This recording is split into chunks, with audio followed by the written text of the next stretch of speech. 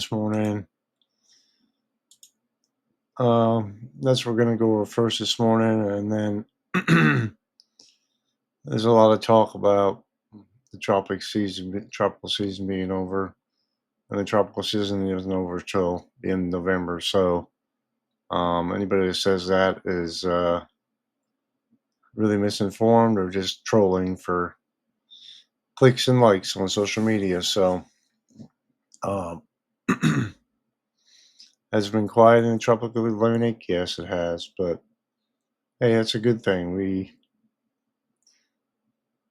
don't want tropical systems to come towards the United States, right? But it's important to take a look out here and see what's going on anyway. So that's what we're going to do this morning.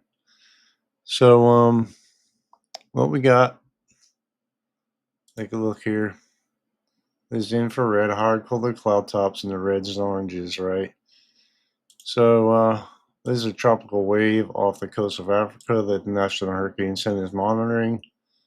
Forecast to move this way generally, and likely not to do anything until it moves further to the west in the next 7 days. And there's a 40% chance of development right now. We go to the outlook here as of 2 a.m. Eastern Daylight Time. See its current position at 2 a.m. and the forecast where they think it might start developing. If you look at the visible satellite off the coast of Africa here, you see there's some lower clouds there and stuff. There's quite a bit of stable air surrounding the system right now. Um, so not likely to get moving. Moving meaning developing for a few days. One thing I've noticed too is there's a lot of convection in another system. Maybe it's part of this or another system altogether. Pretty strong convection moving off the coast of Africa shortly. So keep an eye on that. As always, as we get towards September, October, we got to keep an eye on this area in the Caribbean. And you can almost see the beginnings of a Central American gyre kind of set up here with some cyclonic turning. Generally speaking, but we have upper level winds that are moving this way. And so if anything does get going, it's going to get sheared apart. You see what I'm talking about here? They have a deep trough here, upper level low here. What looks like a very complex setup going on. Looks like some weak mid-level ridging going on here, maybe. Very complex setup here in the Caribbean. Although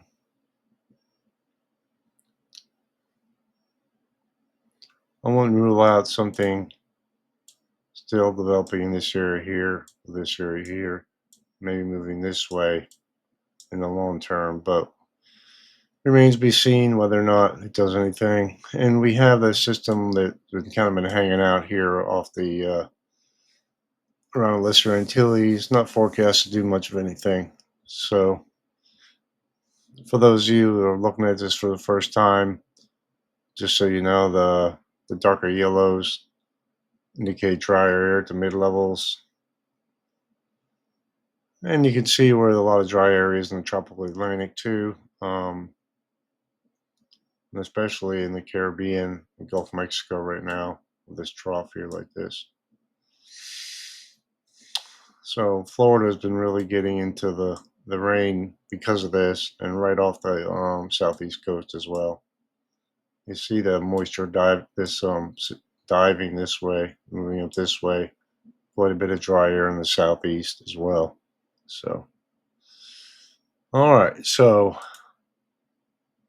Let's move on to the rest of the tropical Atlantic here as far as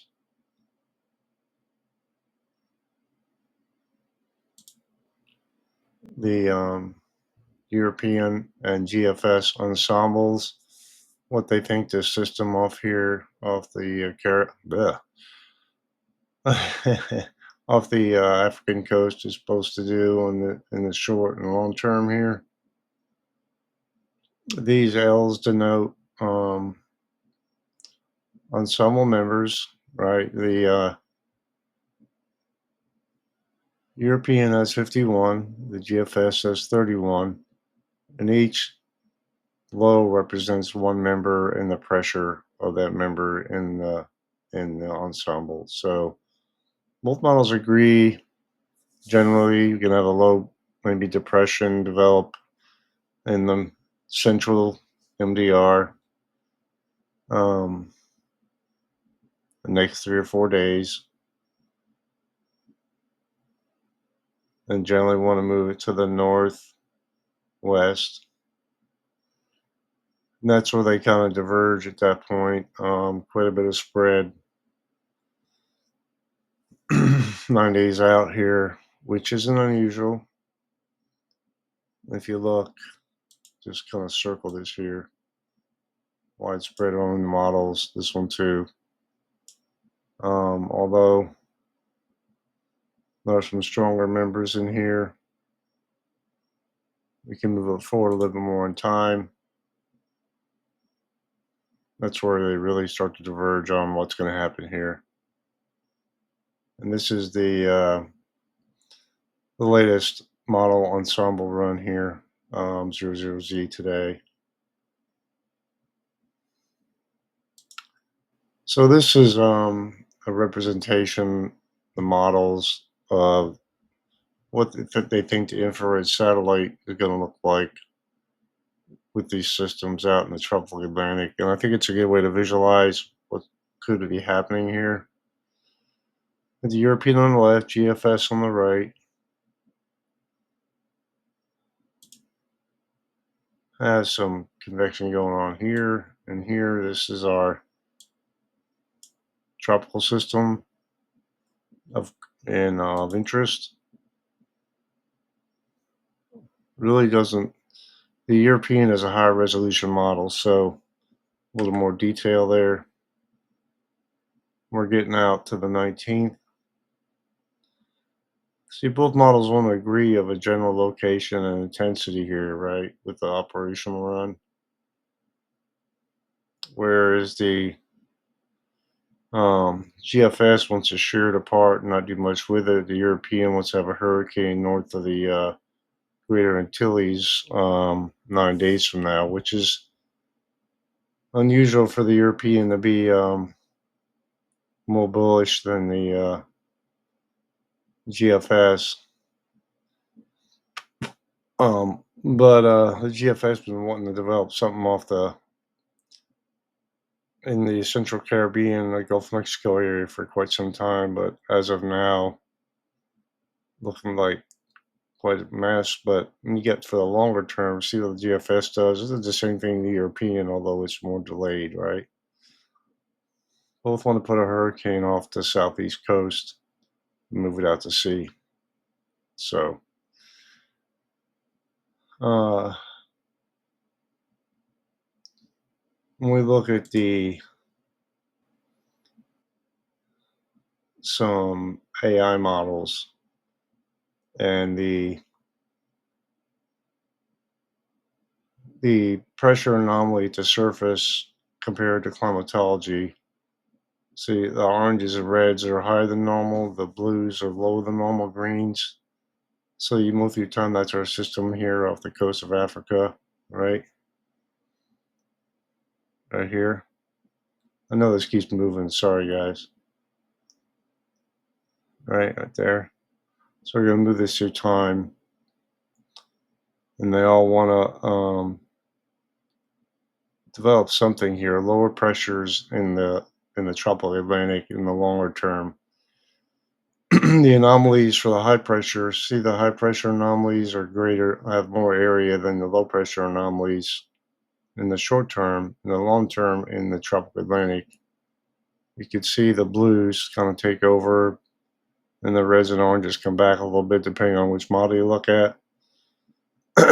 Aurora is a Microsoft model that's relatively new, so I'm not going to put a lot of weight on that. These other three want to bring a vortex north of the Caribbean islands. By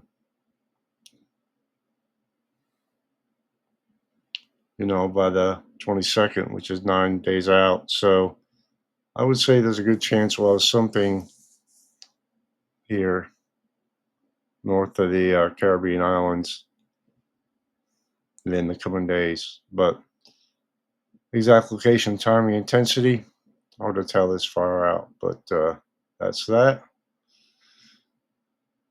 As far as sea surface temps go, I don't have a zoomed in view, but you can see nearly 30 Celsius in the Gulf of Mexico, and wherever you have 26 or above Celsius sea surface temps. That's one factor that is favorable for tropical cyclone development, right? So plenty of warm water in the North Atlantic and in the main development region, and especially in the Caribbean and off the coast of Mexico and the East Pacific.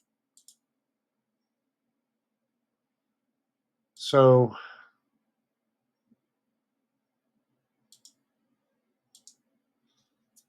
here's a couple other model runs. The Icon, which is a model we tend to look at with this in the tropics, just to get an idea what it thinks. There's that low pressure. Once developed, that same low that's moving, we've been watching, moves it this way. Tropical depression at that point, right? And this is another GEPS super ensemble.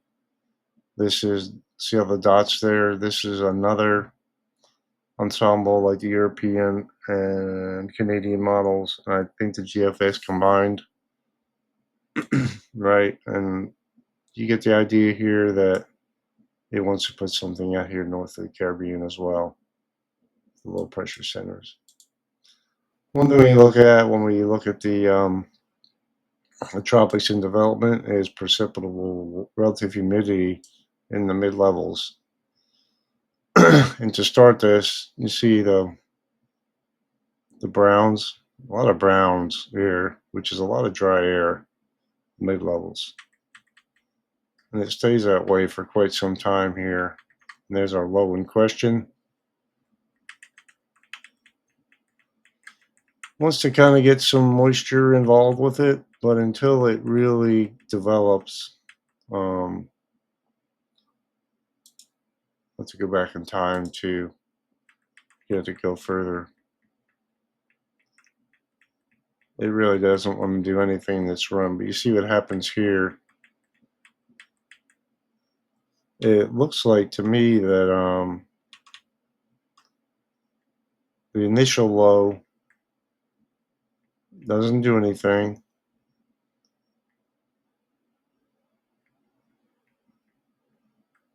I'm just trying to follow this here.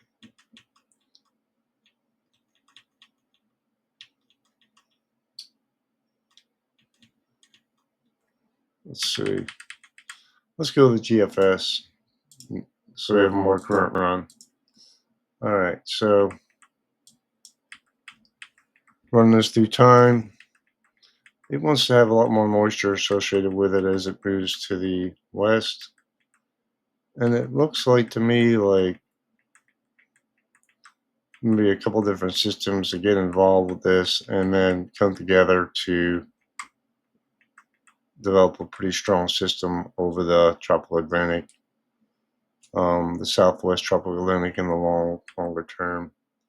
It looks like Central American gyre getting going here in the Gulf of Mexico.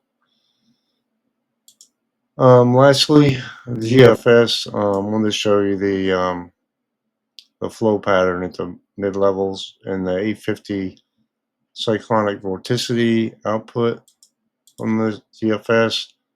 This gives an overall mid level steering pattern as the system may get more um, developed. You see, you have a bunch of vorticity here, this and these here, and over time, they kind of want to get together here, eventually merge into one single vortex, and you see what happens. And of course, it looks like you have a low pressure developing upper level low off the southeast coast, lifting northward, which eventually lifts it out to sea. So that's kind of a neat evolution here. And we'll see if that plays out. But you all get the idea, right? And as part of that, next I'll show the tropical cyclone formation probabilities. All right, so here's the European ensemble output showing potential development, right, percentage wise, of a system in the tropical Atlantic out 72 hours, so it was 3 days from when this was run. You can see the probabilities are close to 70% for tropical depression to form in the next 3 days, according to this model. Right? Tropical storm probability is almost nothing, and of course, hurricane, nothing. Go out in time here. Probabilities depression forming still relatively high.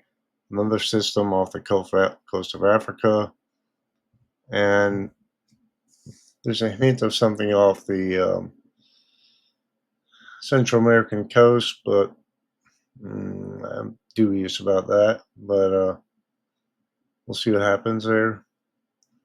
You see tropical storm formation probabilities go up some, as well as hurricane in these areas, right? And move through time here, a little further out, 8 p.m. on the 20th.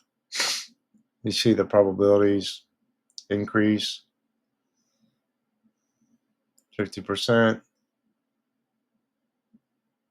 And you got 240 hours. This is the 22nd at 8 p.m., which is 9 days from now. Hurricane probabilities are pretty well aligned with these other probabilities, so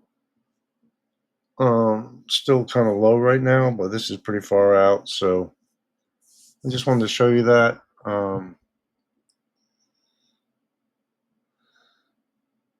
And one other thing I'll add to this.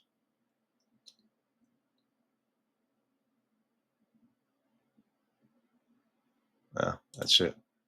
Anyway, this is just to show you that the models, this model really agrees that we're going to get something going here in the central MDR in the next 3 or 4 days, and maybe 7 days. So we'll see what happens. Next, I'm going to go over the weather for the continental US and what it's going to look like this weekend. Stay tuned. So, moving on to the continental US, first of all, we have a wide view here with the radar, national radar. Got 2 areas in the Pacific here with a low chance of development in the next 7 days. And of course, excuse me, we have a system out here in the tropical Atlantic what I was talking about with a 40% chance of development in the next 7 days. So, zooming in here to the continental US, quite a bit of activity here with a low pressure. See if I can draw here like this, and you have a low going like this. All right, omega pattern really going on today. Excuse me. If you look at the satellite overlaid with this, kind of get a general idea what I'm talking about here. And if we switch to the mid-level water vapor,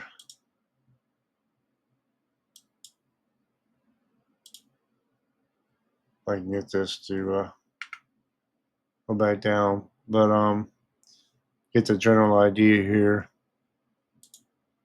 Weatherwise is really bringing out a lot of features here, and you have this really this long wave pattern going on right now, and you see the darker yellows here.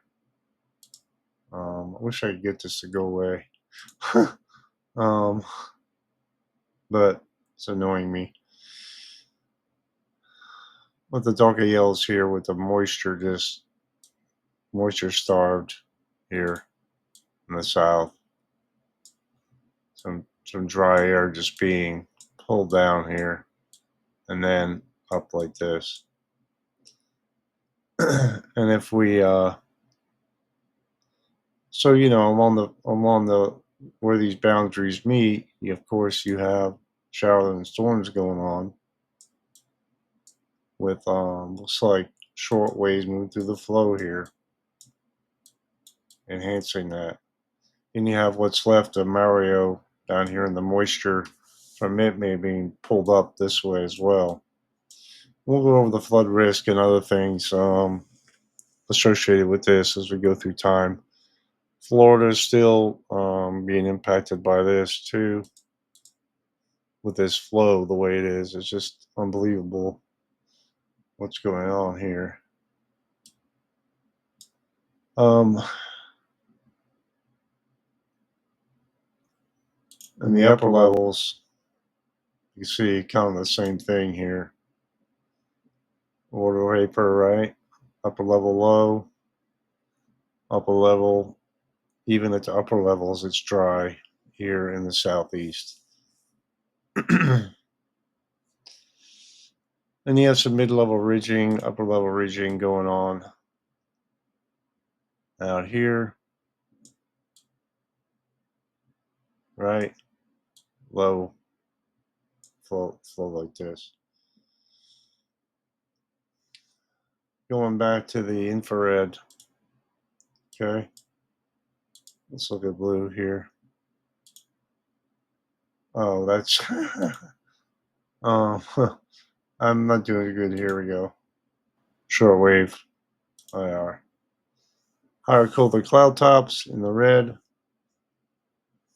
You can see where the most rainfall and moisture is. I mean, you have a really big blowup of convection up here in the Montana, Minnesota, South Dakota, North Dakota, with some flood warnings, and the same thing in Wisconsin. And off the coast of Mexico, we have that going on. Other than that, not a lot going on here. Going back to the composite, we'll go over the hazards here real quickly. You have coastal flood warnings, small craft advisories, really out here. Some flood warnings in Florida here. Looks like they had a bunch of rain, and you have coastal flood warnings as well going on here. Rip currents are a problem today, as well as air quality in Atlanta and the big cities here. Very stagnant air going on. A lot of cities have that going on. And up in Maine, we have frost advisories and some beach hazards, right? And then dense fog advisories up here in Minnesota, Wisconsin, and some ongoing flooding and severe thunderstorms in South Dakota, North Dakota. Some flooding going on still in Kansas. And we have some leftover rainfall in the desert southwest, which always can lead to flooding just because of the topography there and burn scars and not a lot of water absorption into the soils. Air quality alerts up here in Washington and some coastal small craft advisories. But overall, one of the biggest hazards for the country right now is air quality, really. and some flooding, but no flood watches really going on today. But we'll switch to that next, and we'll go to the okay. What?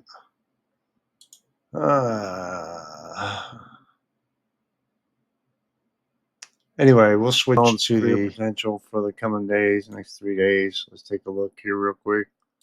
Overlaid with the national radar.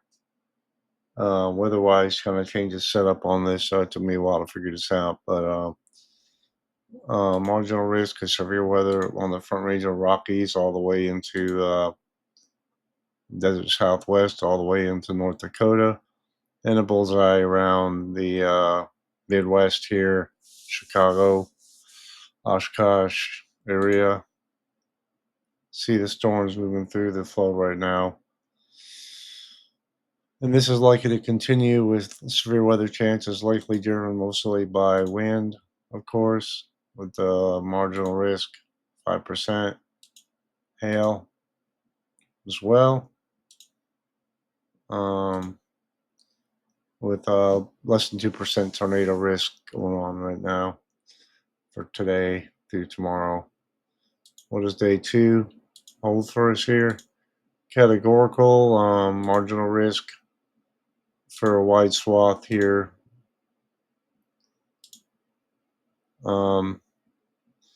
Moving to the front range of the Rockies all the way to North Dakota, South Dakota, parts of Iowa and Minnesota. 2% tornado risk to the north there, with a larger wind and hail risk in the same areas. We go back to categorical for day 3. They don't have it outlooked for any really extreme severe weather events, but they may change that in the coming days. So let's move on to excessive rainfall here. Outlook for day 1. You can see where the bullseyes are here, and this is likely till 12Z today. Marginal risk, marginal risk with a small bullseye down here in New Mexico and Texas, North Dakota, slight risk there. The threat moves further east over time here. Again, this is a current radar overlay with this, so this is for the rest of today. Slight risk, marginal risk surrounding it. I have a feeling this area here, my epic pen's gone, but this area here around Chicago, looks like these storms may weaken over time and the flood risk will be lower. All right, so day 3, we have nothing on the map. So day 4, so small marginal risk here in the middle part of the country, the plains, and into the desert Southwest. And for day 5, up in the northern mid-high plains here. So when we look at the multi-day precipitation, day 1 through 7, this will give us a good idea where the most precip is going to be. Mostly the highest precip totals are going to be just offshore here in the southeast, and southern Florida is going to stay in the mix here. In the short term, that's probably where most of the precip is going to occur. Right, so if we look at the daily precip totals, you see where the most precip is with the greens and purples. Day 2 moves further east, and then you have some more precip along the northwest coast and along the southeast coast again. And day 3, still up in the northern tier of the country, Some moisture in the desert southwest and then along the southeast coast, North Carolina, Virginia Beach, South Carolina. And then going back to day 1 through 7, you can see where the most precip is going to be.